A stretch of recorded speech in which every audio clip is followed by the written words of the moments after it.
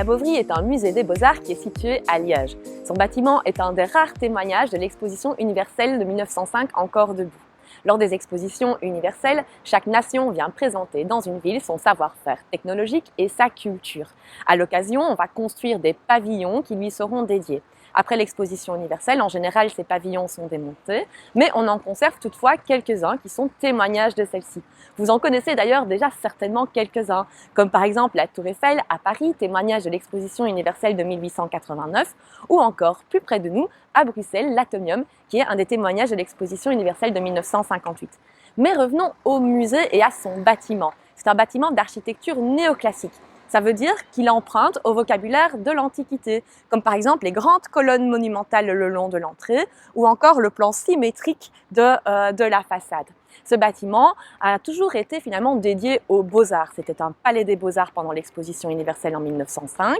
À la suite de celle-ci, c'est devenu plusieurs fois un musée jusqu'en 2016 où, après rénovation, la ville y a installé ici le musée des beaux-arts.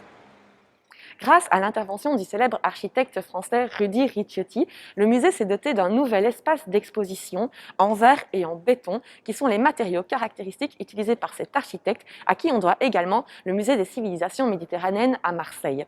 Ce musée se dote finalement un peu d'une verrière qui pousse les murs et qui ouvre le musée sur son environnement extérieur. Cette grande verrière, elle est soutenue par de très grandes colonnes dont la forme fait un peu penser à des troncs d'arbres ou à d'énormes os. Mais au fond, que présente un musée des beaux-arts? Réfléchissez bien, regardez tout autour de moi, quelles disciplines artistiques pourraient bien y être représentées? Eh bien, tout simplement la peinture, évidemment, mais aussi la sculpture, le dessin, la gravure et la photographie. Aujourd'hui, pour notre mini-trip au musée, on va s'intéresser principalement à la peinture, mais surtout aux peintures qui ont comme motifs principaux les formes géométriques. La première peinture sur laquelle nous nous arrêtons pour ce mini-trip au musée, c'est cette œuvre de l'artiste Charles-Édouard Jeanret, qui est plus connu sous le nom du Corbusier. Il est également plus connu pour son travail d'architecte, notamment à la Cité radieuse à Marseille. Cette œuvre-ci, c'est donc une de ses peintures de jeunesse. Pouvez-vous identifier dans cette œuvre les objets que l'artiste a voulu représenter? Je vous laisse quelques petites secondes, regardez bien. Arrivez-vous à identifier des objets de notre quotidien?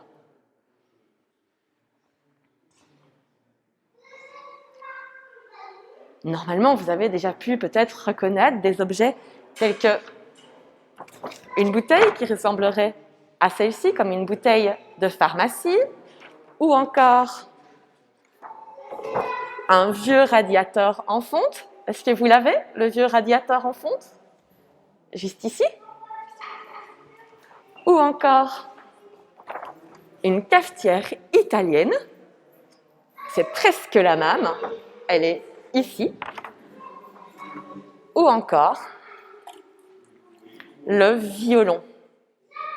Pour représenter ces objets, l'artiste n'a pas cherché à les représenter de manière mimétique ou illusionniste. Il les a représentés de manière extrêmement simplifiée, en reprenant juste la synthèse, le schéma des formes. À quoi est-ce qu'on peut reconnaître justement ce violon? On reconnaît ici la volute, c'est la partie ici du violon, les clés d'accordage, cette partie-ci, le manche du violon et la forme caractéristique du corps du violon. Par contre, je vais vous montrer la volute ici, je vais la montrer sous le même point de vue que dans la peinture. Dans ce sens-là même. Hop. Les clés d'accordage, par contre, elles sont vues dans ce sens-ci, le manche est vu dans ce sens-ci et le corps est vu dans ce sens-ci. Sur une même peinture, l'artiste a représenté le violon sous différents points de vue. Un peu comme si j'avais réussi à torcher mon violon pour montrer sur une même surface plane tous les points de vue que l'on peut avoir sur cet objet. On va d'ailleurs revenir sur les bouteilles et on va voir qu'il a fait exactement de la même manière. On va regarder cette bouteille-ci et notamment le corps de la bouteille. Quel point de vue l'artiste a-t-il choisi d'opter sur ce corps de bouteille? Je vous remontre l'image de la bouteille. Il nous présente la bouteille comme vue de face sur la table. Au-dessus, il représente le goulot de la bouteille. Et quel point de vue a-t-il choisi sur cette bouteille? Est-ce que c'est toujours ce point de vue de face sur l'objet? Non, c'est comme si je regardais la bouteille par au-dessus en regardant le goulot bien en face de moi. Pareil, on a l'impression que le corps de la bouteille et le goulot sont rabattus sur le même point de vue. Ça, c'est le principe du cubisme, représenter tous les points de vue, tous les volumes de l'objet, mais sur une surface en 2 dimensions. On reste sur notre bouteille. À votre avis, laquelle de ces bouteilles est plus en avant que les autres? Je vous laisse regarder. Avez-vous une idée? Eh bien, on a l'impression que certaines bouteilles, notamment celle-ci, seraient plus en avant que les autres bouteilles plus en arrière. En fait, l'artiste, il ne va pas utiliser une perspective qui donne l'illusion de la profondeur, comme avec la perspective linéaire, avec des points de fuite, mais par contre, il va jouer sur les plans, la position dans l'espace de la peinture des objets. Et s'il met cet objet un peu par-dessus l'autre, on a l'impression qu'il est plus en avant que celui-ci. Mais regardons encore mieux, venez plus près. Regardez bien. Est-ce que cette bouteille que j'ai montrée est vraiment plus en avant que celle-ci? Regardons attentivement. Et là, on se rend compte que le haut de la bouteille ici passe bien devant celle-là, alors que le bas, c'est l'autre bouteille qui passe devant. Comme s'il avait de nouveau divisé en 2 les objets. Une partie du bas plus en avant sur cette bouteille-ci, et une partie du haut ici plus en avant sur cette bouteille-là. Et ça, visuellement, ce n'est pas possible du tout. Il va donc utiliser ce principe des rabattements pour donner la notion de perspective et de profondeur. Un peu comme les artistes de l'Égypte antique qui réalisaient exactement la même chose, comme si les objets étaient rabattus sur le sol. Ainsi, regardez bien, est-ce que le violon, il est situé au-dessus ou derrière les bouteilles, selon vous? On a l'impression qu'il est situé au-dessus des bouteilles et pourtant on a aussi le sentiment qu'il est derrière celle-ci. C'est ce même principe. On va vouloir montrer les objets plus proches de nous sur le plan inférieur de l'image et les objets plus éloignés de nous sur le plan supérieur de l'image. De même, ces bouteilles et ces violons, ils sont posés sur une table. Avez-vous identifié où se trouve la table? C'est très fin, c'est juste ici, le cadre beige de la table. Et ce cadre bleu, savez-vous ce qu'il représente? C'est la fenêtre qui est derrière la table. Il va superposer les choses plutôt que de donner l'impression de la profondeur. Quelles sont les couleurs que l'artiste a utilisées? Est-ce que vous pouvez toutes les identifier et les citer?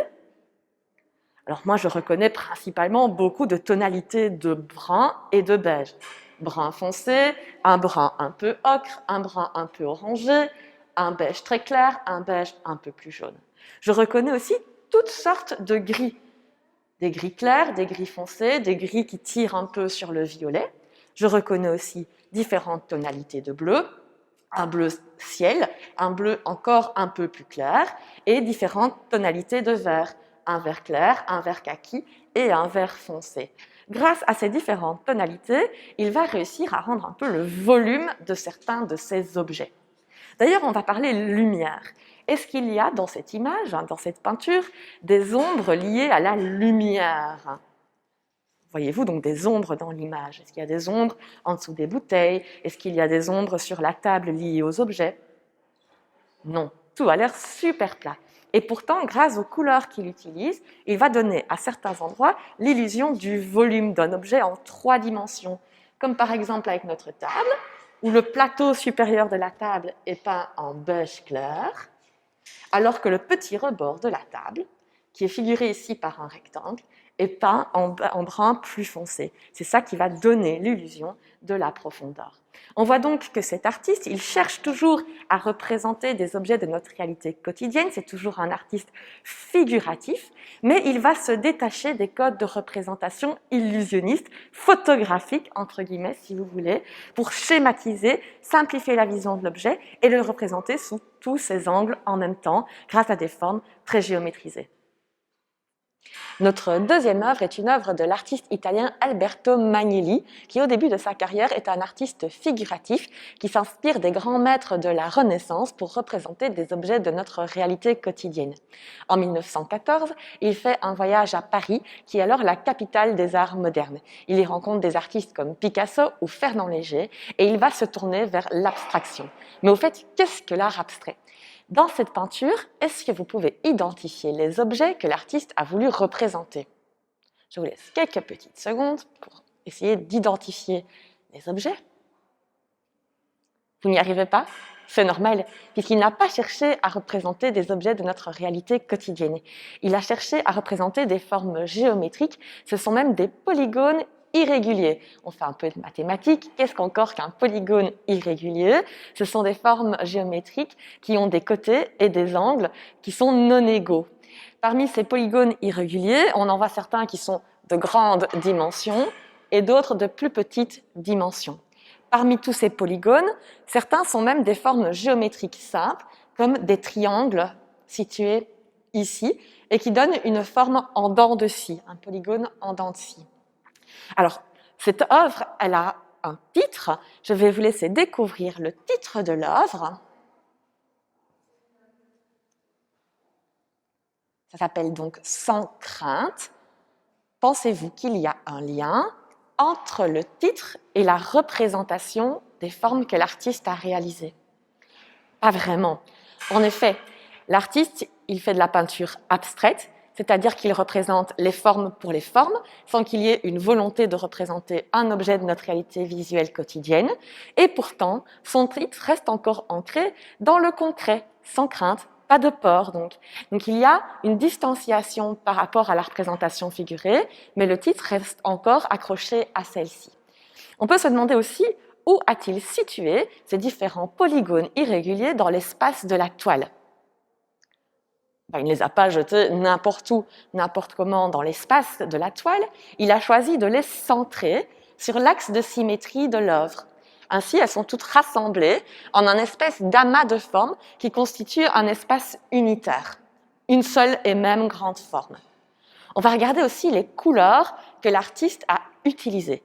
Quelles sont ces différentes couleurs? Je vous laisse les regarder, les retrouver et les citer. Quelles différentes couleurs peut-on observer?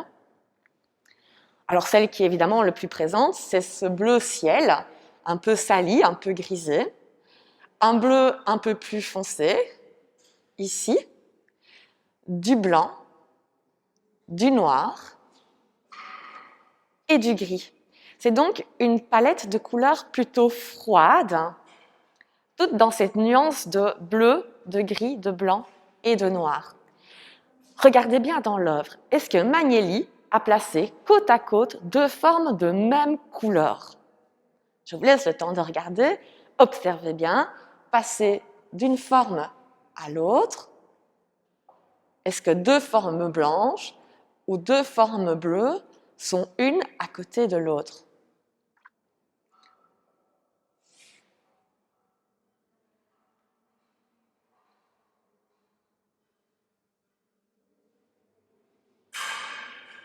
Magnelli a veillé à ce qu'aucune forme de même couleur ne soit conjointe, ne soit placée une à côté de l'autre. C'est donc un travail de réflexion sur la manière de faire cohabiter les couleurs ensemble.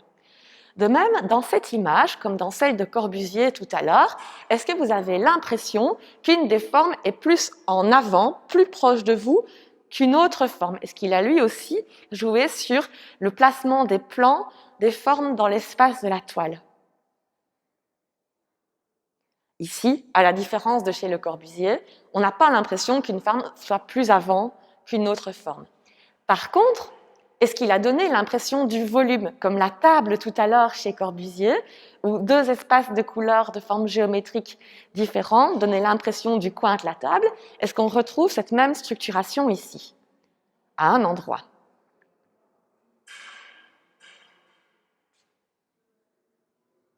Vous en avez un? Langosha, je vous montre. Si on prend un peu de recul par rapport à l'œuvre, on a l'impression que cette forme-ci, qui est une forme de trapèze, dans un bleu plus foncé, on a l'impression qu'elle constitue un angle avec cette forme blanche et cette forme blanche. Le volume n'est pas du tout représenté, mais il est suggéré par la juxtaposition des couleurs et par les formes géométriques choisies. Enfin, je vous montre l'œuvre sur laquelle je me suis amusée à changer les couleurs. Je n'ai pas choisi ici une palette de couleurs à dominante de tons de couleur froide, mais par contre j'ai choisi une dominante de couleur chaude. On va prendre du recul et la regarder à côté de l'œuvre originale. On constate que le choix des couleurs aussi induit notre perception de l'œuvre. En changeant la palette de couleurs, je réinvente une nouvelle œuvre, une autre perception de cette œuvre. Ainsi, on a vu avec Le Corbusier que l'artiste commençait à utiliser des formes géométriques et simplifiées pour donner une représentation tout à fait schématique des objets de notre réalité. Et on arrive vers des artistes qui se détachent complètement de cette représentation de notre réalité quotidienne pour représenter des formes pour les formes, des formes abstraites dont ils jouent avec les couleurs. Notre dernière œuvre dans notre voyage mini-trip au musée est cette œuvre de l'artiste français Jean Gorin. Cet artiste s'inscrit à la suite d'un autre grand artiste moderne, l'artiste néerlandais Mondrian, et donc dans un groupe d'artistes de style, le style, fondé en 1917. Au sein de ce groupe d'artistes, ils vont volontairement restreindre le choix des formes et des couleurs qu'ils utilisent afin de se réinventer avec ce langage restreint. Dans cette œuvre, quelles sont les formes que vous pouvez identifier? Je vous laisse quelques petites secondes pour retrouver ces différentes formes. Et cette fois, ce ne sont plus des polygones irréguliers comme chez l'artiste Alberto Magnelli, mais ce sont des formes certes géométriques, mais des formes géométriques simples. Un carré, des rectangles, un cercle, des fins rectangles qui vont se croiser à 90 degrés. C'est une des caractéristiques de ce groupe de Staël, d'utiliser volontairement ces formes géométriques simples qui sont en fait le résultat de croisements de lignes verticales et horizontales à 90 degrés. C'est donc un choix de forme extrêmement restreint. À quelle période de votre vie avez-vous appris à tracer ces formes géométriques simples? Oui, c'était peut-être il y a déjà un peu longtemps pour certains d'entre vous. Généralement, c'est au début de l'école primaire que l'on apprend en géométrie à réaliser ces formes. Ce sont donc les formes de base, la base de la géométrie. Et avec ce langage très restreint de formes géométriques de base, ils vont chercher à toujours renouveler leurs œuvres. C'est comme si vous aviez uniquement 3 mots de vocabulaire et qu'on vous demandait de faire une longue dissertation sur tous les sujets du monde à partir d'uniquement ces 3 mots. On va regarder maintenant où l'artiste a placé ces formes dans l'espace de la peinture. Est-ce qu'il les a jetées n'importe où, n'importe comment dans l'espace de la toile? Déjà, vous avez sans doute dû constater que toutes les formes étaient circonscrites, étaient centrées dans l'espace du disque de la toile. D'autre part, elles sont organisées en fonction des axes de symétrie. Ah là là, on fait un peu des mathématiques aujourd'hui. Si je regarde l'axe de symétrie horizontale, la majorité de mes formes sont organisées dans le bas de l'œuvre. Si je regarde mon axe de symétrie verticale, je vois que les choses sont réparties autour de cet axe, en créant aussi des contrastes entre l'espace fort occupé par mon carré noir et l'espace fort dégagé par ma ligne grise. Il va donc jouer sur la structuration géométrique extrêmement précise qu'il va donner aux formes dans l'espace de la toile. On revient d'ailleurs sur ces formes géométriques qu'il utilise. Pensez-vous qu'un carré soit différent en Inde, en Alaska ou en Belgique? Ben non, un carré, c'est un carré. Il est reconnaissable par tous, quelle que soit notre culture et quelles que soient les époques. C'est bien ça que recherchent ces artistes en utilisant ces formes géométriques simples. Ça représentait quelque chose qui soit universel. Et en effet, ici, ces carrés, ils sont rigoureusement mathématiques et sont reconnaissables entre tous et par tous. On va regarder aussi les couleurs que l'artiste a utilisées. Je vous laisse les identifier, les citer. On reconnaît le noir, le blanc, le gris, le bleu, le jaune et le rouge.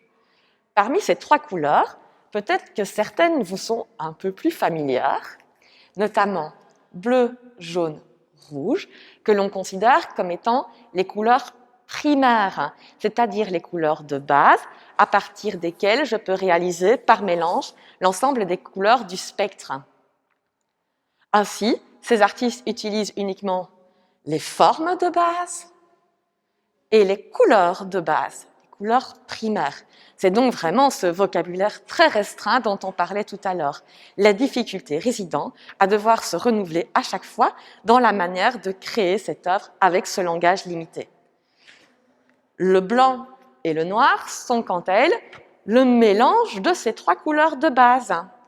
Dans la lumière tout autour de nous, dans la nature, que l'on appelle la lumière blanche, eh bien, elle est constituée de l'ensemble des couleurs du spectre chromatique. Si je faisais tourner très vite comme une toupie mon cercle, je ne verrais plus la fragmentation des couleurs, mais bien un cercle tout blanc. À l'inverse, le noir, ce n'est pas la résultante du mélange optique des couleurs, mais bien la résultante du mélange physique, du mélange matière. Pensez à quand vous faites de la peinture et que vous rincez votre pinceau dans le godet d'eau. De quelle couleur devient votre eau? Une couleur un peu noirâtre, comme cela, qui est justement le résultat de ce mélange matière de toutes les couleurs. Ainsi, dans l'image, même lorsqu'ils utilisent du blanc et du noir, finalement, ils n'utilisent que ces 3 couleurs primaires. On va se poser la même question que pour les 2 œuvres tout à l'heure. Est-ce qu'il y a de la lumière dans l'œuvre? Est-ce qu'on peut identifier, par exemple, des zones d'ombre dans l'image? Je vous laisse regarder. Voyez-vous de l'ombre quelque part?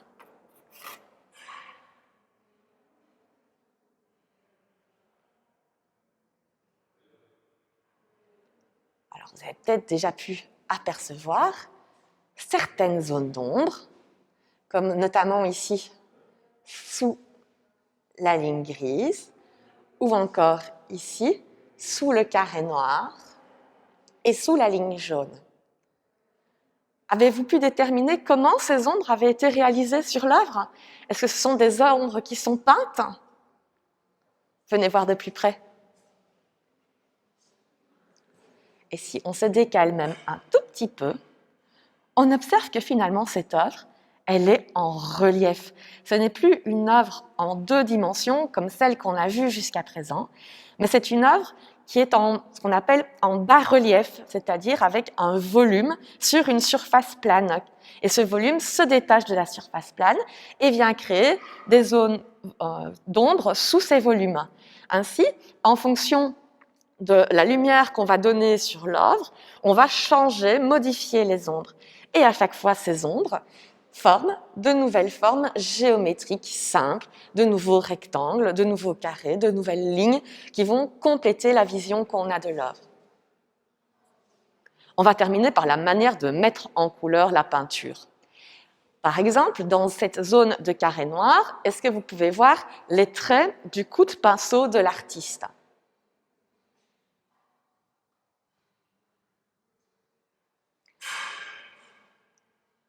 Pas vraiment.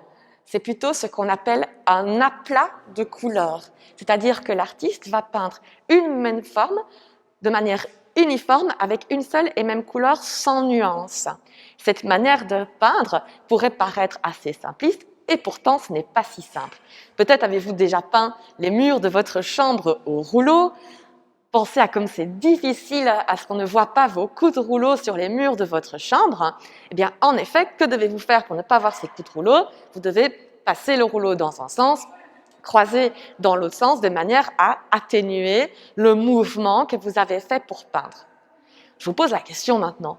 Pourquoi n'avez-vous pas envie qu'on voit vos coups de rouleau sur les murs de votre chambre dans la couleur que vous avez posée? Alors certains vont répondre, ce n'est pas beau. Ce n'est pas juste une question de beau, c'est juste qu'on aurait l'envie que notre mur soit peint par une machine, par quelque chose de mécanique, avec une perfection dans la mise en couleur. Le fait que cet artiste choisisse de peindre les zones en aplat, presque de manière mécanisée, rejoint l'idée de représenter des formes géométriques mathématiques rigoureuses, ainsi que ce choix de vocabulaire simple dans l'aspect formel et chromatique et les couleurs. L'idée, c'est finalement de rendre l'œuvre un peu anonyme.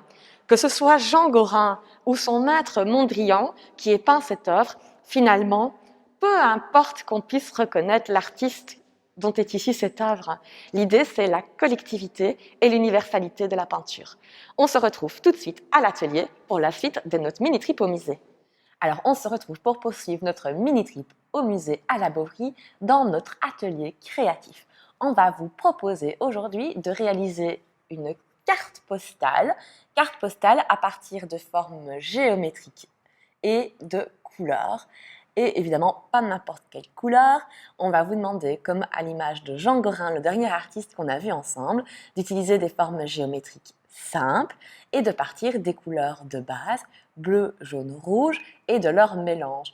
En somme, on vous demande d'utiliser un vocabulaire formel et de couleurs restreint pour pouvoir créer une œuvre, et pour chacun, elle sera évidemment différente. Pour faire ça, vous avez besoin de matériel. De quel matériel avez-vous besoin?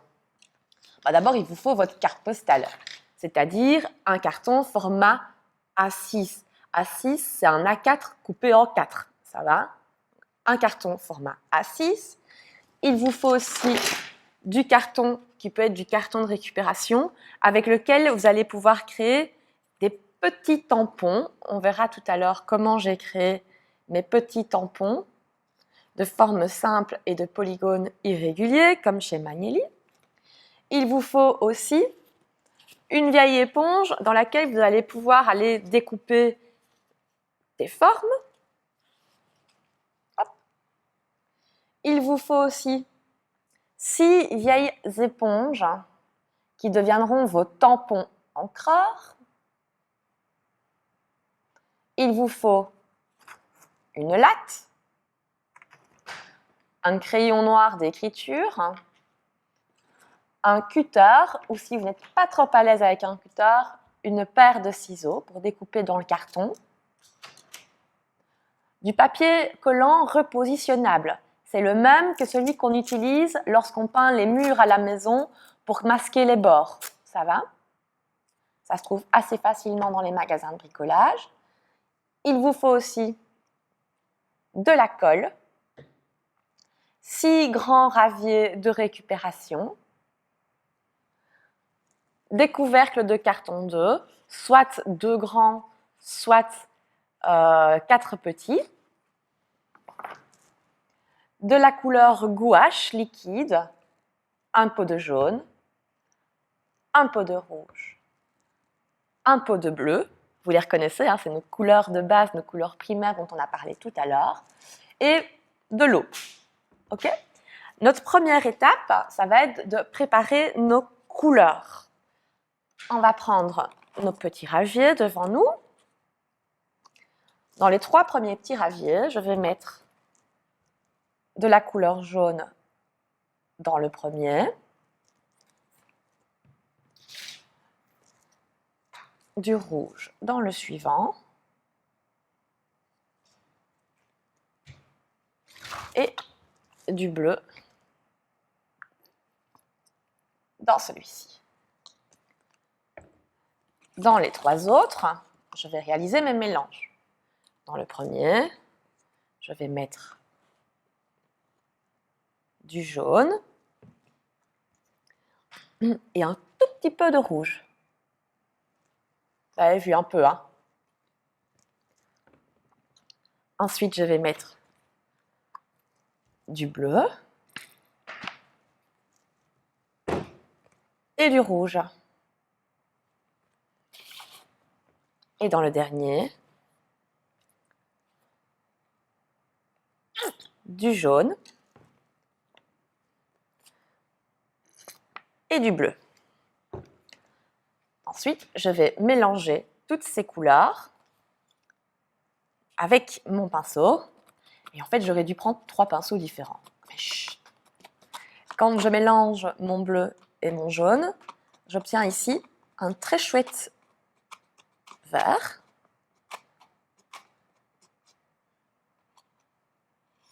Je vais du coup un peu tricher en essuyant fort bien mon pinceau sur le bord. Voilà. Je vais ensuite procéder au mélange du jaune et du rouge. Vous connaissez déjà les couleurs qui sont obtenues par le jaune et le rouge. Je vais commencer à touiller ici. Et j'ai mis même un peu trop de rouge, donc je vais aller ajouter du jaune dedans. Hop. Pour obtenir, quelle belle couleur. Un bel orange clair. Je racle bien, je touille bien. Je pense que touille, c'est un mot de liage. Je mélange bien. Hop. Et enfin, ma dernière couleur, mon rouge et mon bleu. Qu'est-ce que ça va donner comme mélange? Je vous le montre peut-être sur le papier, vous verrez mieux. Un super beau violet. Alors mes couleurs sont presque prêtes. Il faut maintenant que je les rende un peu plus liquides encore. Je vais ajouter un tout petit peu d'eau dans chacune, pas trop. Hop. C'est même déjà un tout petit peu trop ça. Hop.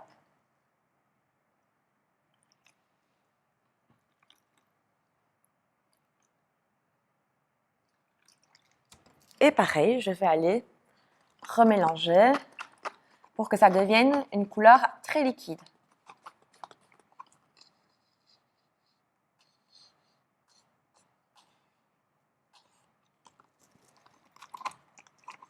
Je mélange bien. Vous voyez, c'est devenu vraiment très très liquide.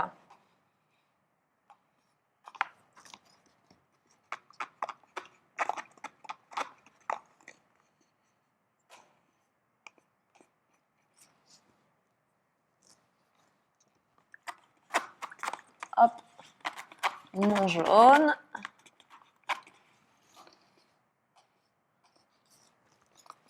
Mon rouge.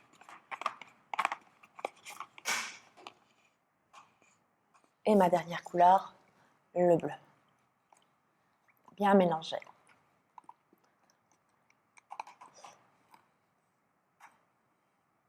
Voilà. Une fois que j'ai fait ça, je vais mettre mes couleurs sur le côté. Elles sont préparées. Elles sont bonnes pour démarrer notre travail tout à l'heure. Hop. Hop. On va maintenant réaliser les petits tampons encreurs. Pour ça, n'hésitez pas à vous laver les mains si vous vous êtes mis de la couleur sur les doigts, pas comme moi. Et ces petits tampons encreurs, on va les réaliser à l'aide de la feuille de carton recyclée. La première chose qu'on va faire, c'est dessiner les formes que l'on veut obtenir sur nos tampons encreurs. Nous, on vous conseille de réaliser des formes simples si vous ne vous sentez pas trop à l'aise, mais vous pouvez aussi réaliser des polygones irréguliers comme on l'a vu tout à l'heure chez Alberto Magnelli. Quelle forme j'ai choisi de faire un petit tampon? Ici, j'ai un demi-cercle et vous voyez que j'ai 2 morceaux de carton. Un carton de base, plus large, qui me permet de prendre le tampon dans les mains, et un morceau plus petit que j'ai collé par-dessus, qui sera la partie qui sera ancrée de couleur. D'accord? J'ai un demi-cercle, j'ai un petit polygone irrégulier en dents de scie, comme Magnelli tout à l'heure. J'ai une ligne placée en oblique, un carré, un rectangle,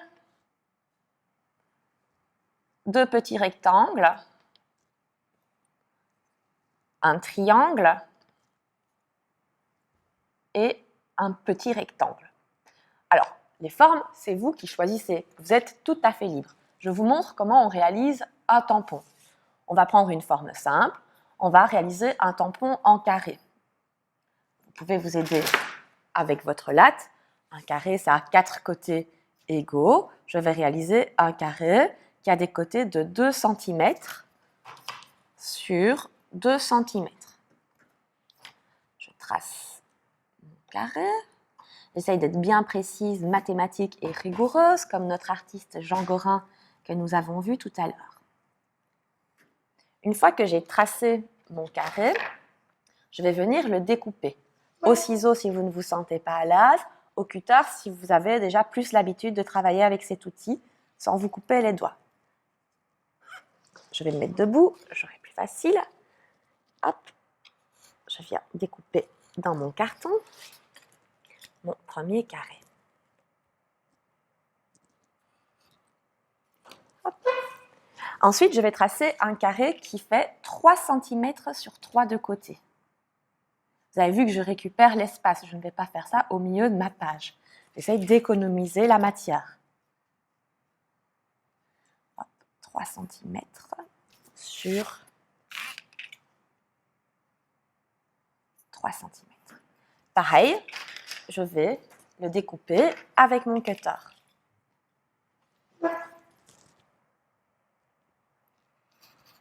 Hop.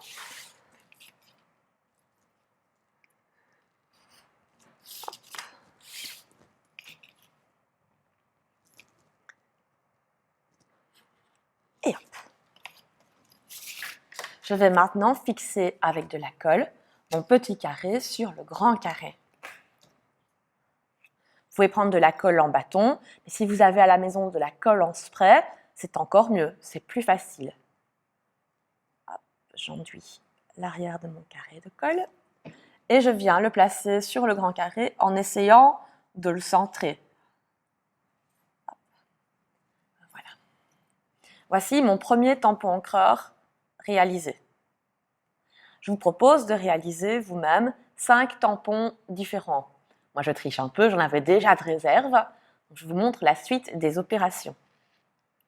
Une fois que j'ai réalisé tous mes tampons encreurs en carton, je peux ranger mon matériel, la latte, le cutter et le carton de côté. Je peux reboucher ma colle.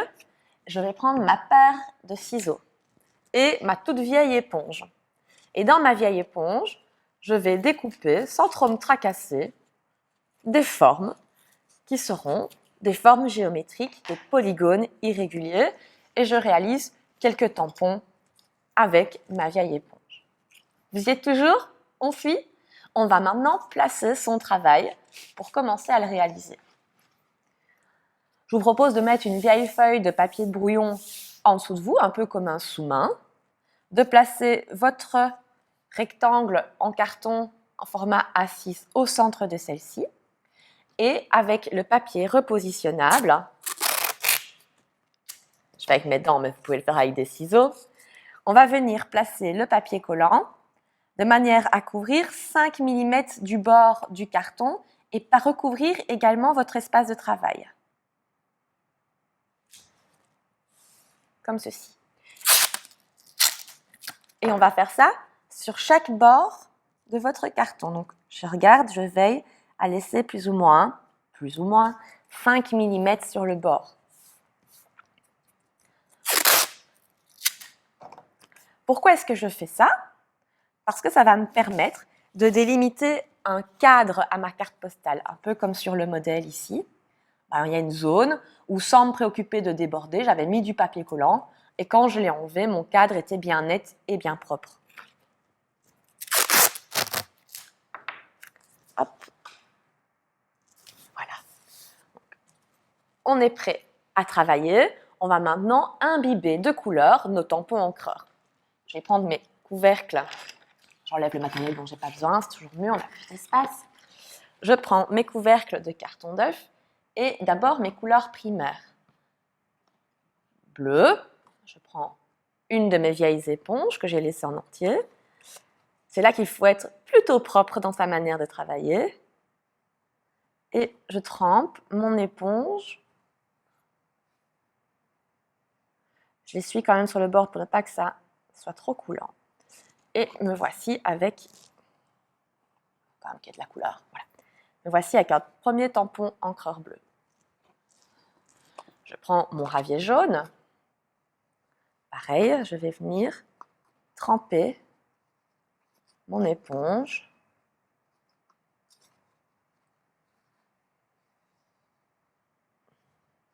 Dans la couleur, voici mon tampon jaune.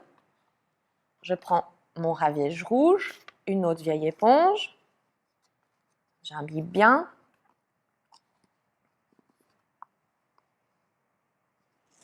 Je la retire. Hop. N'oubliez pas, ne faites pas comme moi, prévoyez des petits essuie-mains, des petits morceaux de papier pour vous essuyer les doigts. Je vais faire pareil avec mes couleurs secondaires, avec mes mélanges obtenus, avec mon éponge trempée dans le verre.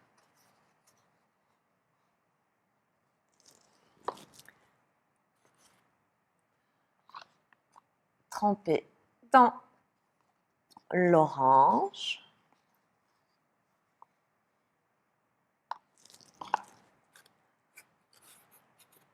Et trempée dans ma dernière couleur secondaire, dans le violet. Vous avez suivi, c'est super. Hop.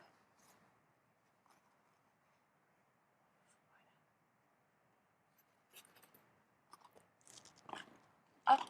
On met bien nos couleurs sur le côté. Et là maintenant, c'est à vous d'être créatif.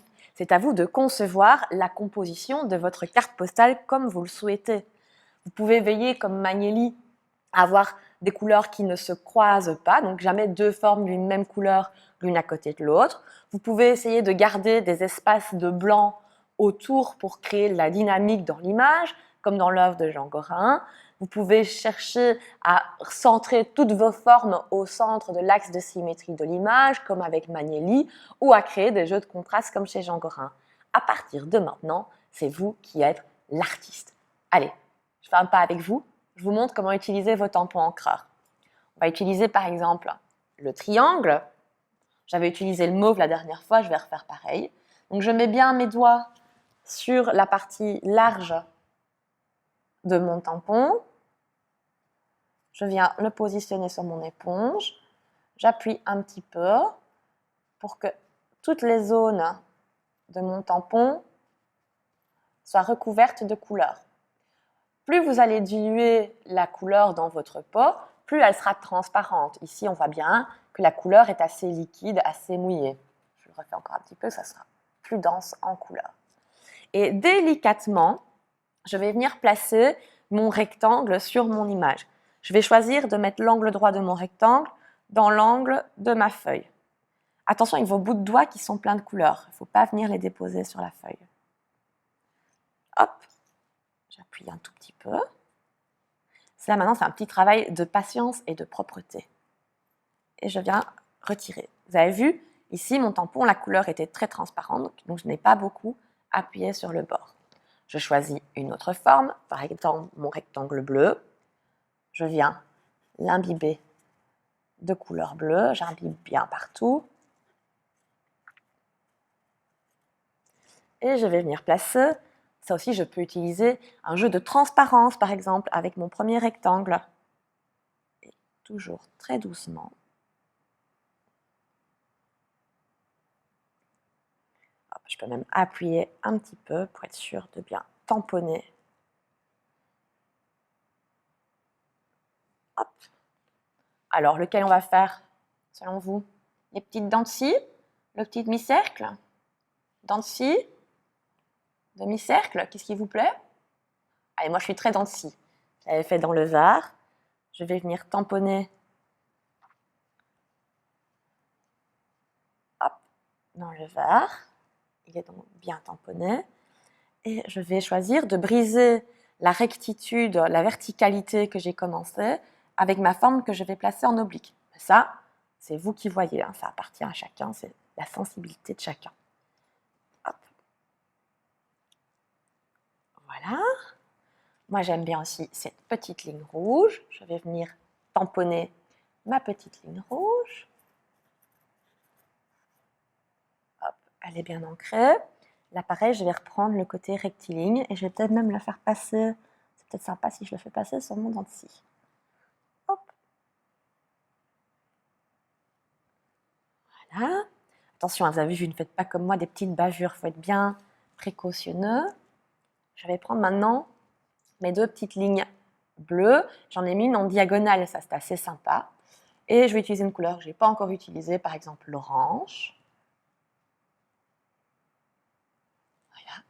Et je vais venir placer ici mon tampon. Tac.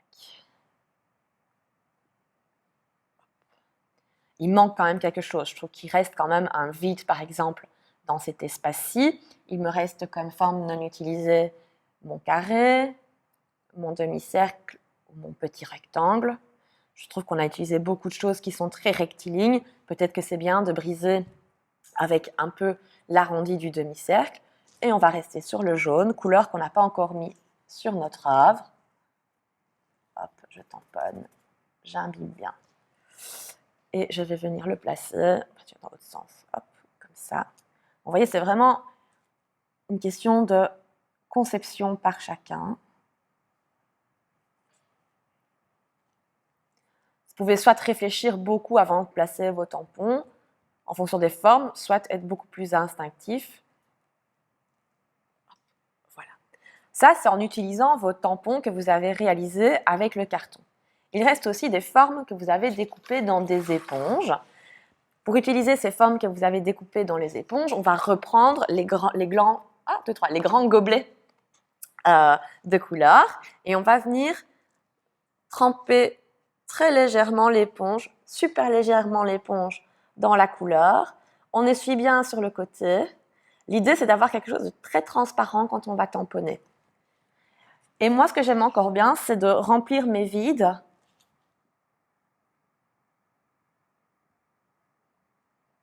et ça donne quelque chose d'un peu texturé qui est différent des autres tampons. Alors, comme ça, je vais pouvoir rattraper cette zone-là. Voilà. Alors, je vais utiliser encore un autre. Le violet, par exemple, qu'on ne voit pas beaucoup. C'est assez sympa. Donc, je vais tremper mon éponge dans le violet. J'essuie bien sur le bord. Et je vais venir... Tiens, je vais vous montrer. Je vais tamponner là exprès sur le bord avec mon papier, que ça vous verrez l'effet que ça pourra donner quand je le retirerai.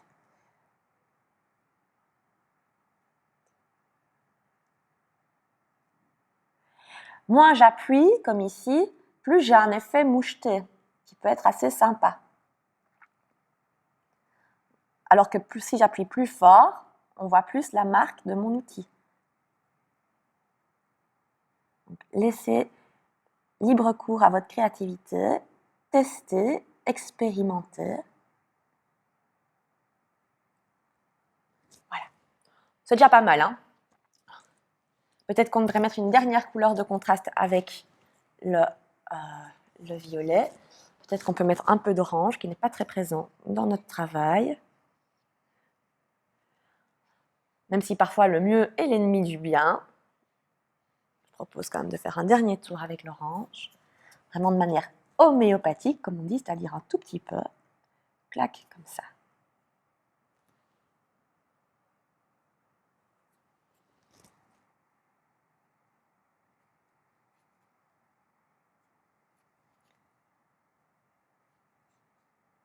Voilà. Hop, dernière touche.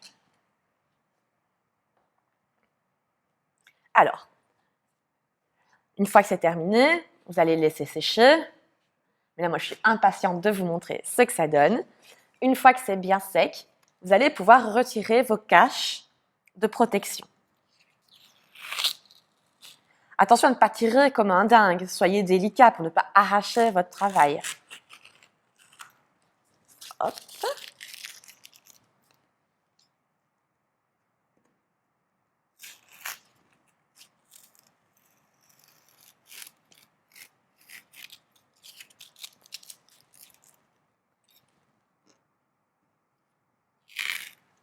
Regardez ici, on le voit bien, la délimitation entre ce que j'ai tamponné, le surplus, et le résultat que ça donne sur ma page. Donc quelque chose de bien net, bien construit, bien régulier. Hop. Le dernier bord.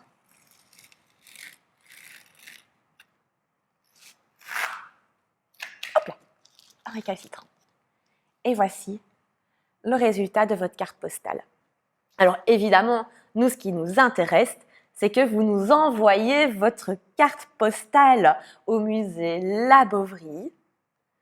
Vous avez la place à l'arrière pour indiquer l'adresse, un timbre et nous indiquer peut-être comment vous avez vécu ce mini-trip au musée.